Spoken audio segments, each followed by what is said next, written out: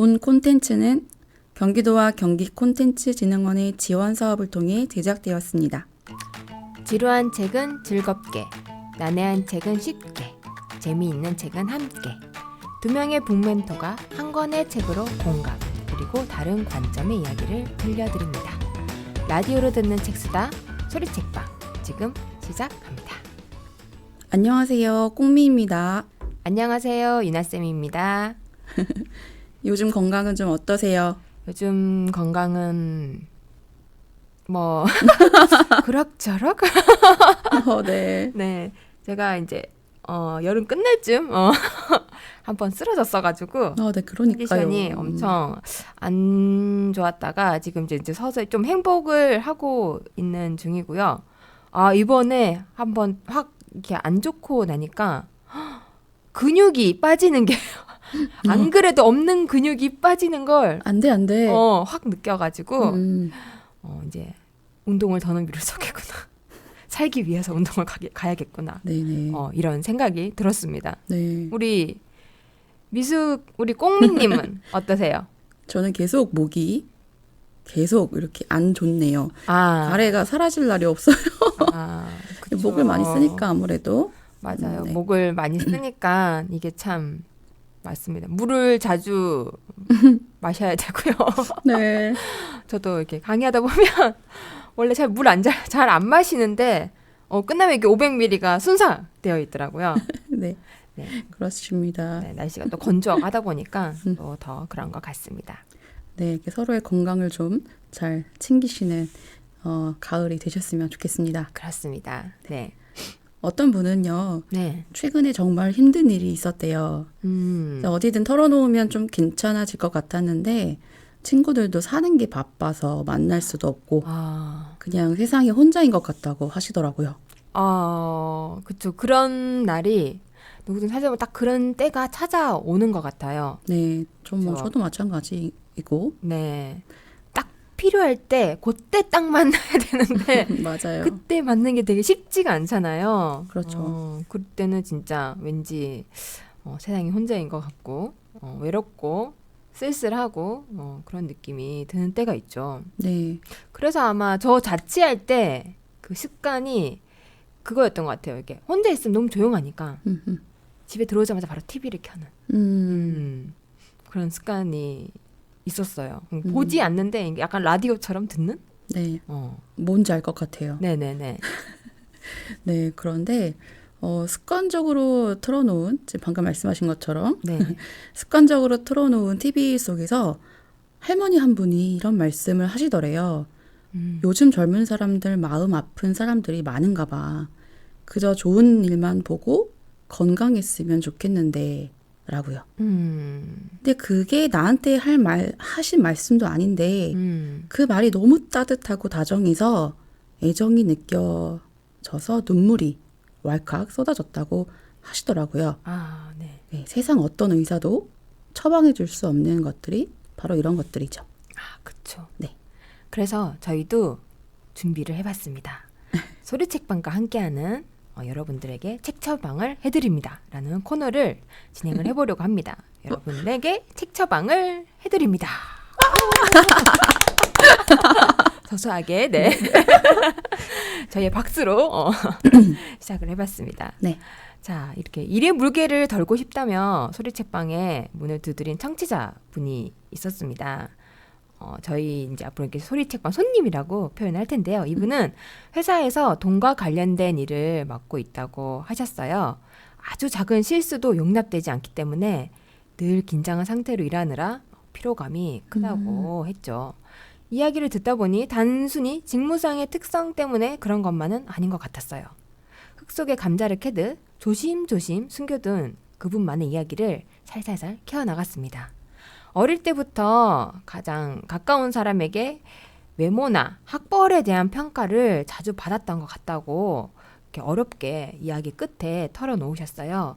그러다 보니 자기도 모르게 내가 잘하는 게 아니면 쓸모없어. 그러니까 다른 사람들에게도 이게 공통적으로 잘하는 게 아니면 쓸모없어라는 생각을 많이 한다고 하시더라고요. 이 쓸모. 사람인데 사람에게 어떻게 보면은 그죠?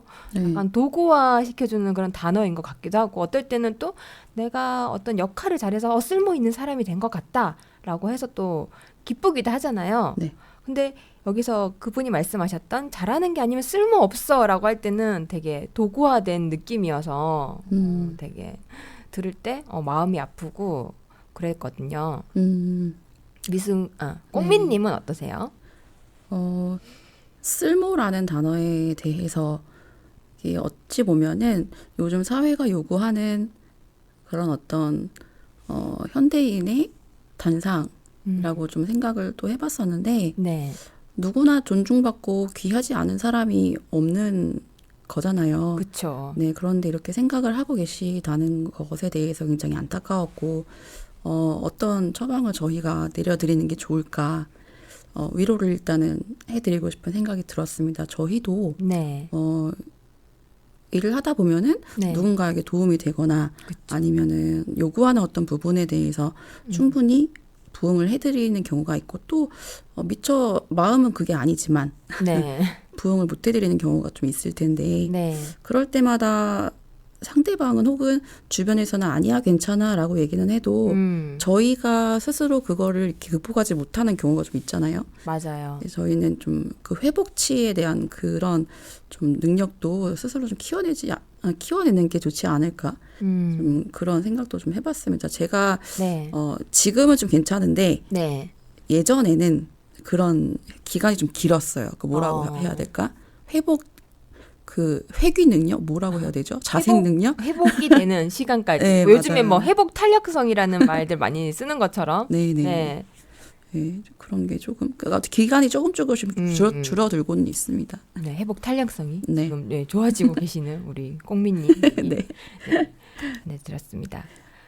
이 쓸모라는 단어에 영화 진짜로 일어날지도 몰라 기적의 한 장면이 전 떠올랐는데요. 네. 아이가 둘 있는 가장이지만 인디밴드의 꿈을 쫓으며 대책 없이 살아가는 아빠에게 숙제를 묻는 아들이 나옵니다. 네. 아빠, 행정상 재평가가 뭐야? 뜬금없이 뭔 소리야? 학교 숙제야. 쓸모가 없으니까 없애자. 뭐 그런 얘기지. 엄마도 아빠한테 똑같은 말 했잖아. 있잖아. 세상에는 쓸모없는 것도 때론 필요해. 모두 의미 있는 것만 있어봐. 숨 막혀서 못 살아. 그쵸. 쓸모없는 것도, 물론 필요하죠. 네, 여기가 네. 딱 계산. 전부 다 모두 다 의미가 있으면 그 의미마다 힘주고 사느라 그때마다 마음을 다 쏟느라 또 얼마나 또 힘들겠어요. 네, 지혜로우실 것 같은데. 네, 아버지가 엄청 이런 삶을 약간 관망하는 자세를 가진 네. 분이시라는 걸 여기서 느낄 수가 있는데 근데 약간 대화상에서 엄마는 살짝 답답할 수 있겠다. 현실에 발휘되고 있는 생각 살짝 들면서 이 얘기를 딱 들으면서 우리 소리책방 손님에게도 네. 약간의 그 쓸모없는 그 숨구멍이 필요하지 않을까 그런 생각이 들었습니다. 네. 잘하지 않아도 괜찮고 완성하지 않아도 되는 그런 숨구멍이죠. 네. 그래서 숨구멍이 되어드릴 책 20kg의 삶을 알려드리려고 합니다. 20kg의 삶은 제목처럼 가뿐한 행복의 감각이 담긴 수필집입니다. 그 중에서도 콕 집어 처방하고 싶은 글은 그저 하고 싶은 대로 하는 일이라는 꼭지인데요. 연차가 쌓일수록 업무와 다르게 힘을 풀 수 있는 일을 찾고 싶어 목공을 배우기로 했다는 동네 친구의 말에 문득 그림을 그리고 싶어진 저자는 일러스트 취미반에 등록합니다. 사냥꾼에게 쫓기다 나무 뒤에 숨은 사슴 같은 표정을 하고 있는 사람들이 모인 곳이었지요. 좋아하는 사진이나 그림을 찾아와서 다양한 재료로 따라 그리면 되는데 처음엔 그마저도 쉽지 않았다고 해요. 잘해야 된다는 부담감 때문에요. 네. 그래서 그 부분, 책 속 한 부분을 읽어드릴게요. 내 도화지만 보면 되는데 자꾸 옆을 곁눈질했다. 저 사람은 얼마나 잘 그릴까? 내가 제일 못 그리는 것은 아니겠지? 깨끗이 깎아온 연필을 부여잡고 잘 그리기 위해 안간힘을 썼는데 얼마 가지 않아 연필심이 부러졌다. 놀라서 부러진 연필심만 멍하니 바라봤다. 잘하고 있는 게 맞는지 생각하던 찰나 선생님이 멀리서 말했다. 너무 똑똑하게 하려고 하지 마세요. 괜찮아요. 숙제도 아니고 업무도 아니고 시험도 아니니까. 잘하지 않아도 괜찮아. 완성하지 않아도 되고 이걸로 뭔가 이뤄내지 않아도 되잖아. 그저 하고 싶은 대로 하자. 좋습니다. 이 배워서 어디다 써먹을지도 모르는, 그죠? 그냥 재미있을 것 같아서 하는, 그냥 나의 단순한 관심사, 호기심으로 하는, 우리에겐 그런 약간 무용한 일들이 필요합니다. 잘하지 않아도 괜찮은 취미를 배워보고 매일 아침 한 사람을 떠올리며 편지를 쓰고 외로운 날 홀로 공항에 가고. 이 책에는 그런 목적도 방향도 없는 즐거움이 가득해요. 해녀가 잠수했다가 물에 떠오를 때 숨을 내뱉는 소리를 숨비소리라고 하죠. 네. 이것만큼은 잘하지 않아도 괜찮아. 이 한마디가 쓸모라는 깊은 바다에 갇혀 숨이 턱까지 차 있을 우리 소리책방 손님에게 숨비소리 같은 주문이 되기를 바랍니다. 우리도 너무 잘하려고 애쓰지 말죠. 저희도 그 마음가짐과 함께 네. 잘하고 싶다는 욕구가 서로 계속 싸우고 있는. 네. 네, 그래도 잘하지 못해도 그때마다 괜찮아. 네. 뭐 그래도 내가 최선을 다 안 한 건 아니니까 그쵸. 최선을 다했다면 그럼 괜찮아라고 할 수 있고 사람이니까요. 저희는 기계가 아니잖아요. 네. 딱 맞춰서 찍어낸 기계가 아닌 만큼 충분히 최선을 다하고 그것으로 다 되었다. 내가 할 수 있는 만큼 다 했다라고 이렇게 마음을 보듬어 주시면 좋겠습니다. 네. 또 한 권의 책 네. 가볼게요. 알려드릴까요? 네, 좋아요.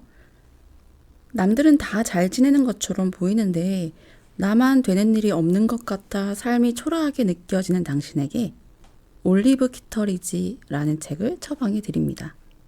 이 책은 작은 해안가 마을 사람들의 이야기를 연작소설 형태로 담아낸 작품인데요. 각 단편마다 까탈스럽고 퉁명스러운 주인공 올리브 키터리지가 중심이자 주변 인물로 등장하지요. 엘리자베스 스트라우트는 다층적이고 모순적인 인간의 내면을 그려내는 데 뛰어난 재능을 가진 소설가답게 평온해 보이는 마을 사람들의 삶 이면을 파고듭니다. 네, 이 책이 이제 아까 여러 단편을 모아서 서로 이야기가 이어지는 그런 소설의 구조인데요. 네. 그 삶이 초라하게 느껴질 때마다 제가 읽는 작품은 여행 바구니입니다. 올리브는 남편을 잃고 막 장례를 치른 젊은 여성 말린의 집에 갑니다. 표면적인 이유는 옛 제자인 말린을 돕기 위해서였지만 사실은 자신보다 더 불행한 사람을 보며 위안을 얻고 싶어서였지요. 하지만 자기와는 다르게 친절하고 다정한 말린 곁에는 그를 위로하려는 사람들이 가득합니다. 그 광경을 보면서 올리브는 낙심하고요. 비참함에 서둘러 집으로 돌아가고 싶었지만 상황이 여의치 않았던 올리브는 잠시 혼자만의 시간을 보내고 다시 말린을 찾아갑니다. 그리고 술에 잔뜩 취한 친구 캐리가 널브러진 침대 옆에 조용히 앉아있는 말린을 발견해요. 말린은 올리브에게 캐리를 죽여버릴까 생각하던 중이었다고 오늘 캐리가 자신에게 남편과의 외도를 고백했다고 말하며 울기 시작합니다. 네. 그러면서 위층 침실 벽장에 있는 여행 안내 책자가 담긴 바구니를 버려달라고 올리브에게 부탁하죠. 남편과 그 책자들을 보면서 병이 나으면 갈 여행지에 대해서 이야기를 했다고 그 사람과 그런 여행을 계획했다는 게 너무 창피하다면서요. 이에 올리브는 자신 역시 남편 헨리와 앞으로 갖게 될 손자들에 대해 착한 며느리와 보낼 행복한 크리스마스에 대해 이야기했다는 것을 말린에게 들려주고 싶다는 생각을 합니다. 헨리는 뇌졸중으로 쓰러져 요양원에 있고 하나뿐인 아들은 노부부를 버리고 의절하다시피 떠나버렸지만요. 올리브는 생각합니다. 그런 여행 바구니가 없는 사람이 어디 있겠냐고. 책 속의 한 구절 읽어드릴게요. 사람들은 그럭저럭 살아낸다는 그 말. 올리브는 확신하지 못한다. 거기에도 여전히 파도는 있지. 올리브는 생각한다. 거기에도 파도는 있지. 저는 이 말을 주문처럼 품고 삽니다. 눈에 보이지 않을 뿐 우리 모두 크고 작은 갈등과 상처, 불안에 흔들리며 살아가고 있으니까요. 갠슬의 마음이 초라해질 땐 거기에도 여전히 파도는 있지. 이렇게 다른 사람들도 다 각자만의 힘듦과 어려움이 있지 하며 담담히 말하는 올리브를 떠올려 보세요. 네. 우리에게도 파도는 있지. 네. 네. 작가 인터뷰 중에 인상 깊은 부분이 있어서 함께 나누고 싶은데요. 우리는 다른 사람을 쉽게 재단하고 자신이나 남에 대해 쉽게 변명을 하느라 고통을 받지요. 그런데 저는 사람들이 서로 사랑하고 실망시키는 과정에서 우리 모두 대략 비슷하구나 하고 느꼈으면 좋겠어요. 그리고 우리 대부분은 최선을 다해 노력한다는 것. 그리고 인간은 누구나 실패하고 성공한다는 것을요. 네. 이 올리브 키터리지는 저희가 함께 이제 독서 토론할 때 책으로도 함께 읽었었죠. 네, 맞아요. 많은 분들이 재밌게 읽으셨었고 공감도 많이 했던 책이었어요. 그 드라마로도 제작되었던데 영국에서 네. HBO 제작사였던 것 같은데 보고 네. 싶더라고요. 그렇죠. 네. 이제 마지막으로 소설을 왜 읽어야 하는지 모르겠다는 청취자분들에게 우리 김혜진 작가의 딸에 대하여를 처방해 드립니다. 아, 딸에 대하여. 네. 참 좋아하는 책입니다. 유나쌤은 네. 소설을 왜 읽으시나요? 아, 소설을 왜 읽느냐 하면 저는 스토리 그러니까 네. 삶의 이야기죠. 네. 그 삶의 이야기를 들여다볼 수 있어서 그리고 제가 그 처음에는 그냥 재미있어서라고 얘기하면서 책을 소설을 많이 읽었는데 어느 순간 아 나는 이렇게 흘러가는 이야기를 좋아하는구나. 그래서 소설을 주로 많이 읽는 거였구나를 알 수 있더라고요. 어렸을 때는 그 이야기를 소설 속에서만 발견을 했는데 그래서 에세이를 좋아하지 않았어요. 아하. 그러니까 에세이는 이야기라고 생각이 들지 않았는데 이게 또 이제 나이가 들다 보니까 여러 삶을 만나면서 아 이것도 이 모든 책들이 내가 만나지 못한 다 이야기였구나. 이렇게 생각이 들었고요.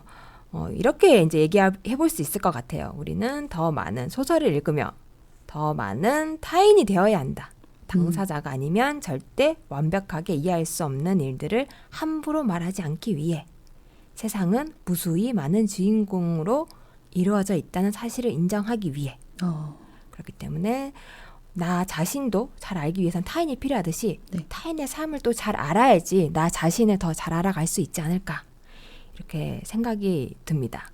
아, 그렇네요. 네.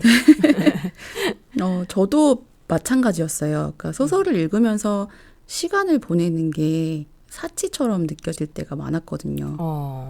그러니까 해야 할 일들이 쌓여 있을 때 네. 차라리 이 시간에 지금 당장 쓸모 있는 일을 하는 게 인생에 도움이 되겠다 싶을 때. 네. 근데 저 역시 비슷한 이유로 다른 책들에 비해 소설을 좀 멀리 해왔었어요. 에세이도 마찬가지의 이유였고 네. 그렇게 독서 편식이 좀 심했었거든요. 지금의 꽁미님을 생각하면 전혀 네. 떠올릴 수 없는 모습입니다. 네. 그런데 우연히 이제 김혜란 작가의 소설집 비행운을 추천받아서 읽었는데 네. 그때 낯선 경험을 좀 했었어요. 그것도 소설을 좀 묶어놓은 책이거든요. 인천공항에서 청소 용역을 하는 기옥 씨가 등장하는 단편 하루의 축이라는 부분을 읽고 네. 공항에 갈 때마다 소설 속 기옥 씨의 고단한 하루가 떠올랐었어요. 얼룩 하나 없는 그 세면대 거울에서 깨끗하게 비워진 화장실 휴지통에서 네. 예전엔 눈에 들어오지 않았던 그런 청소 노동자의 삶이 선명하게 보이더라고요. 그리고 이제 알았죠. 배려도 상상력이라는 거. 배려도 상상력이다. 네. 그때부터였던 것 같아요. 바쁜 일상에서도 소설을 놓지 않게 된 거는 소설은 경험치로는 절대 헤아릴 수 없는 상상력을 키워주었고 네. 아까도 유나쌤 말씀하신 것처럼 네. 타인에 대한 이해와 배려 그리고 여유와 다양성을 좀 심어주었던 것 같습니다. 네, 그래서 지금 말씀드릴 김혜진 작가의 딸에 대하여도 그런 책입니다. 제가 딱 읽고 이러면서 네, 김혜진 작가의 다른 책을 찾아서 읽었을 정도로 네. 되게 재미있게 읽으면서 생각거리가 엄청 많은 그런 맞아요. 책이었거든요. 네. 엄마는 경제적인 이유 때문에 독립해 살던 딸을 집으로 들이며 레즈비언인 딸의 동성연인과 함께 살게 됩니다. 딸을 이해할 수 없는 엄마와 있는 그대로 자신을 봐달라는 딸. 딸에 대하여라는 제목과 달리 엄마에 대해 끝없이 생각하게 만드는 이야기는 혐오와 배제에 대하여, 그리고 우리가 나이 들어감에 대하여, 결국엔 타인을 이해하는 방식에 대하여 이야기를 합니다. 화자인 엄마가 편견과 혐오의 대상이 되는 딸과 동성연인에 대한 최선의 이해에 도달하는 과정을 통해 작가는 타인을 이해하는 행위의 한계와 가능성이 서로 갈등하며 발전하는 모습을 보여주고 싶었다고 해요. 어렵습니다. 그죠? 네. 실패에도 끊임없이 관심을 기울이고 이해하려는 시도가 우리를 성장하게 하고 변화시킬 테니까요. 어쨌든 관심을 기울이고 잘 이해는 되지 않지만 하려고 노력하는 그 시도들이 결국은 우리가 조금 더 세상을 좀 넓게 보고 그 속에서 좀 더 이해의 폭이 넓어지는, 그런 성장하고 변화시키는 노력을 할 수 있게 되는 그런 책이죠. 네. 작가의 말 중 한 부분 좀 읽어드릴게요. 소설을 쓰는 동안엔 다른 누군가를 이해하는 것이 불가능하다고 생각했던 것 같다.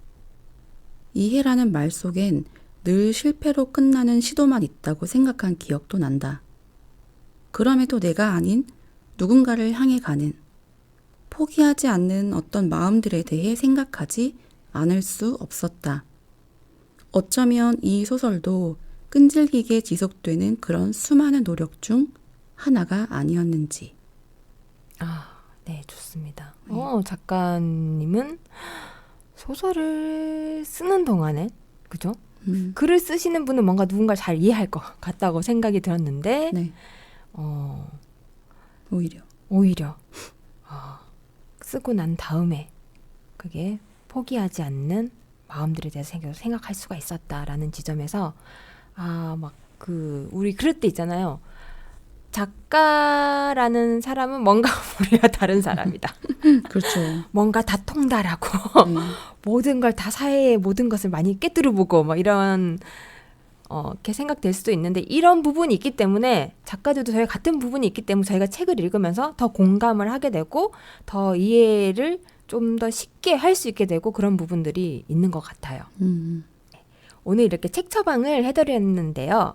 저희가 또 15회차에도 여러분들에게 책 처방을 해드리려고 합니다. 네. 그래서 나는 이런 상황인데 이런 책을 읽고 싶어요 라든가, 저 이런 상황인데 어떤 책을 읽으면 좋을까요? 라든가, 아니면 도저히 책을 읽고 싶은데 무슨 책을 읽어야 될지 모르겠어요 하는 것까지 이런 책 처방을 해드릴 테니까, 그래서 들으시는 분들은 niceuna 네이버닷컴으로 메일 보내주셔도 되고요. 아니면 똑같이 niceuna 인스타 DM 보내주셔도 제가 잘 사연들 잘 모아서 15회에 또 오늘과 같은 책 처방의 시간을 가져보도록 하겠습니다. 좋습니다. 네. 오늘 소리책방의 책수자는 여기까지입니다. 책 처방이 필요하시다면 언제든지 소리책방의 문을 두드려주세요. 책 읽기 좋은 계절 가을입니다. 지금까지 소리책방의 책방지기 유나쌤 꽁미였습니다. 여러분 Have a book day.